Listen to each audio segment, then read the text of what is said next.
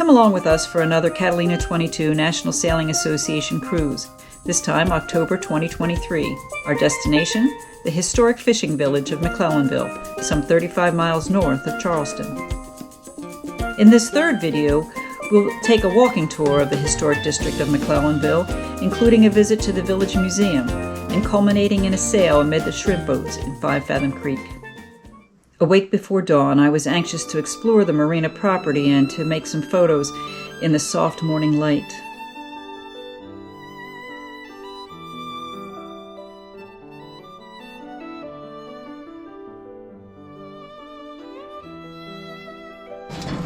Just around the side.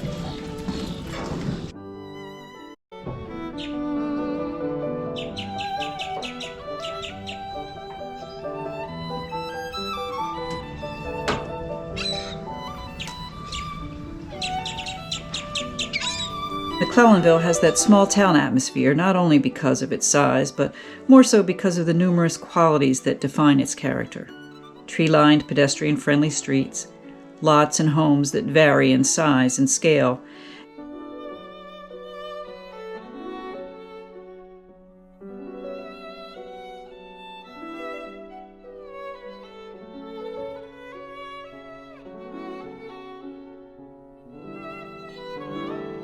and residents that represent generations of the village founders' descendants.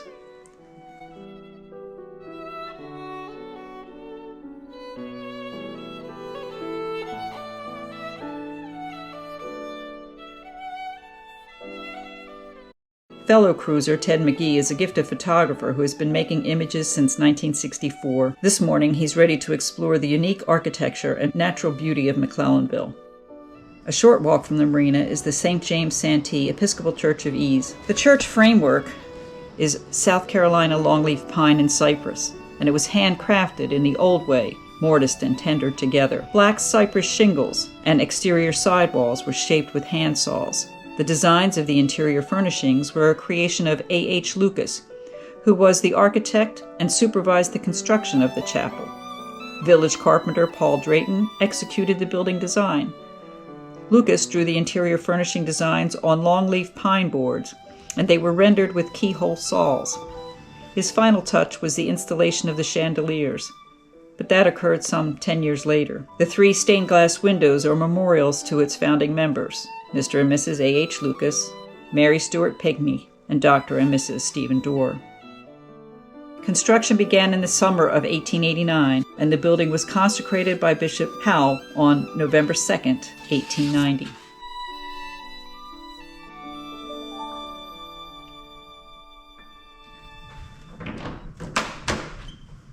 After spending some time photographing the interior of the Episcopal Chapel, Ted and I take a short walk to Deerhead Oak, so called because some say they see a deer's face in the trunk, and the forked limbs appear to be antlers.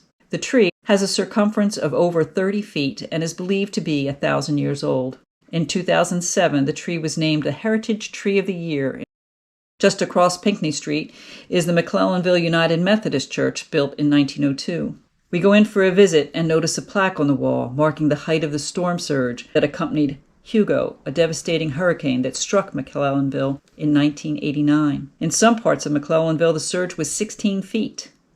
Peak winds and velocities were measured at 135 miles per hour. And when the storm at last passed, residents crawled out of their shelters to find trees and debris littering the landscape as far as the eye could see. By the grace of God, only one life was lost in McClellanville from Hugo. Hurricane Hugo is but one episode in the rich history of this village, and Hugo played a part in the preservation of that history. When the receding storm surge left tons of pluff mud behind every building in town, including the town hall, a decision was made to build a new structure for the town, leaving the cement block building vacant. Longtime residents asked to lease the building and, through sweat equity, cleared out truckloads of mud and debris and began the restoration to house a museum, which opened in 1999. The Village Museum is located at the far end of Pinckney Street near the public boat landing. Called by some the best small museum in the state, it exhibits an amazing collection of items specific to the St. James Santee area: the wildlife, plantation past, rice cultivation, the Civil War, rural medicine, sweetgrass baskets, the Siwi Indians, shrimping, the Cape Romaine lighthouses, and Archibald Rutledge, the state's first poet laureate. It's open Thursdays, Fridays, and Saturdays, 10 a.m. to 5 p.m. A section devoted to the Peachtree Plantation tells the story of the family and the fate of the plantation owners and the labor and loss suffered by the enslaved people who worked it. Peachtree, indigo, and rice plantation was located along the South Santee River in St. James Parish. Owned by Thomas Lynch Sr., the house was built in 1762. Lynch Sr. was elected as a delegate from South Carolina to the First Continental Congress in Philadelphia, and later he assisted in the formation of the Continental Army. The property was given to his son, Thomas Lynch Jr., just before he was married in 1771. Lynch Jr. was elected to the First Provincial Congress of South Carolina from St. James Santee Parish. He was given a legislative appointment, which made the Lynches the only father and son to serve as members of Congress at the same time. Thomas Lynch Jr. and his wife died at sea en route to France and left no children to inherit the property. It was his father's wish that the Lynch name be carried on, and so he willed that if his son died with no male heirs, the property would go to his daughter, provided she changed the name of her son to Lynch. She and her husband John Bowman agreed and owned and managed the property until their son came of age. Bowman was an entrepreneur as well as an established planter and property owner. In 1794, he commissioned Jonathan Lucas Sr. to build a water-powered rice mill at Peachtree. This was the first mill of its kind in the Low Country and revolutionized the way planters harvested rice and dramatically increased production levels. In addition to the rice mill, sometime in the late 1780s, Bowman contracted Lucas to build a sawmill at Cape Romaine's Mill Island. A replica of the windmill is in the museum, and the remains of the original 16-foot iron shaft is displayed outside the museum. Archibald Rutledge, owner of the nearby Hampton Plantation from 1937 to 71, was a frequent visitor to Peachtree and described his visits in his memoirs. Rutledge made turkey calls for his personal use and to sell, and these were mainly traditional box calls. Archibald Rutledge was born in 1883 in a log house retreat in McClellanville. He died there 90 years later. In his lifetime, he was educated in Charleston and New York, taught and was head of the English department at Mercerburg Academy in Pennsylvania. He wrote over 50 books, earned 17 honorary degrees, and more than 30 medals for nature writing. His writings tell of the beauty and tradition of Hampton Plantation, his family home, the appreciation for nature, hunting, and experiences with friends and family. One of the museum's treasures is his baby's cradle.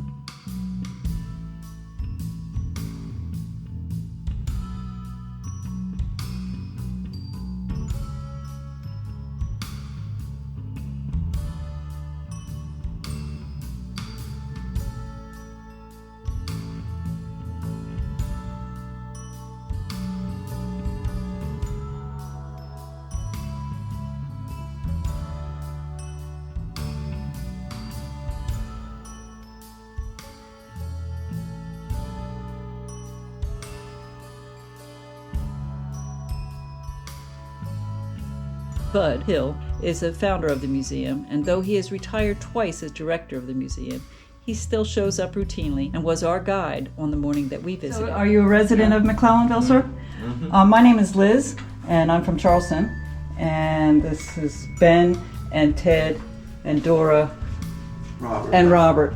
And there'll be a test later, so hurry up. Well, I'm afraid I'm going to fail the test. Okay. Last Friday I turned 79 and my memory went with it. Well, It's just slowly going away. so how long have you been in McClellanville? 79 years. Oh, wow.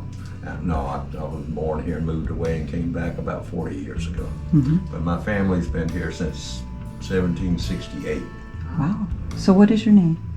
My name is Bud Hill. Selden Baker Hill is my name. I got 3 last names. Bud Hill is a photographer, pen and ink artist, historian, and the founding director of the Village Museum at McClellanville. In earlier years, he worked as a typesetter and layout artist. He still spends his free time exploring the less traveled paths of the South Carolina Low Country.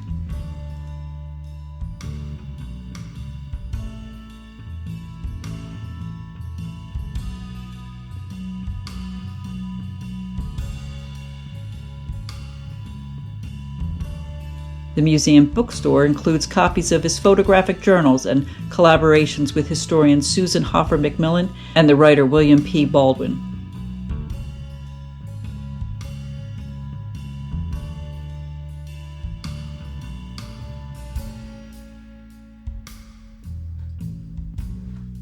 Upstairs, visitors will find an extensive collection of local family histories. Many were collected by Agnes Leland Baldwin, who wrote a book on the early settlers of South Carolina.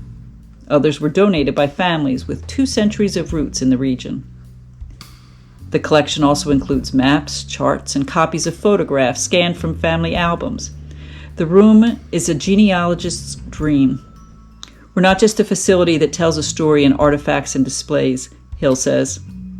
More than anything, we're educators. We teach people history. It's critical, he says, that the children know where they came from, and so it's important that the items in the museum are accessible to youngsters. Hill says children's eyes light up when they push the button to start a replica of a windmill built to power a timber cutting operation on Cape Romaine's Mill Island in the late 1700s. Millwright Jonathan Lucas invented the original, and the replica, complete with miniature saws cutting through tiny tree trunks, was built by former resident Lee Arthur.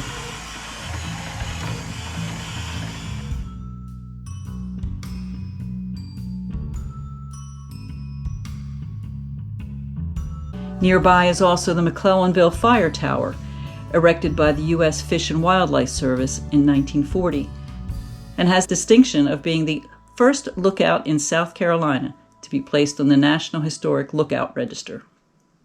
Back at the marina, we catch up with Stacy and her dog Max for a ride to the Carolina seafood market to pick up some fresh shrimp for dinner. So tell me about the shrimp is coming from the boats across the way? Yes, ma'am, they are. And how long have you all been here? It's been over 50 years since this place been here. That's amazing. A little bit of everything, just whatever you need. Yes, a little bit of everything. All right, well, they didn't buy all of your shrimp. No. They no, tried. They did try. They got a little bit of everything. No, it's great. Well, thank you so much for letting me do this. It's beautiful, this box. It'll be fun. Okay.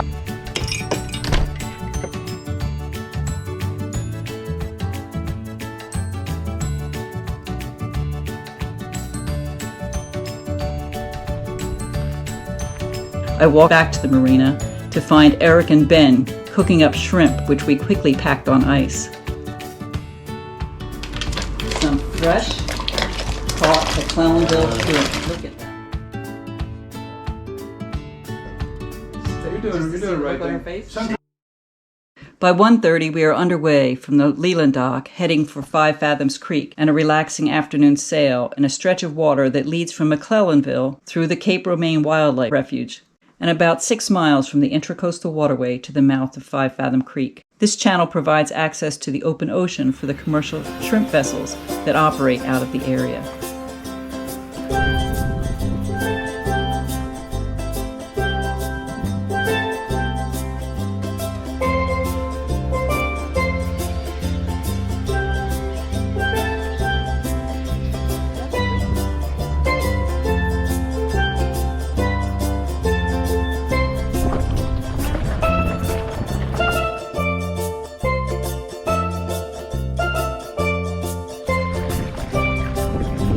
Nice job there, Robert.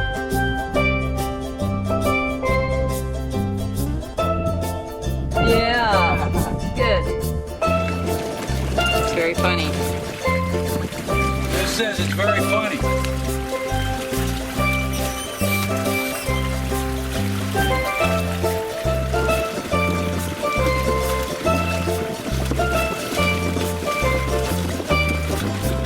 After a relaxing 2-hour sail, we wrapped up for dinner of fresh McClellanville shrimp, crab dip, and veggies.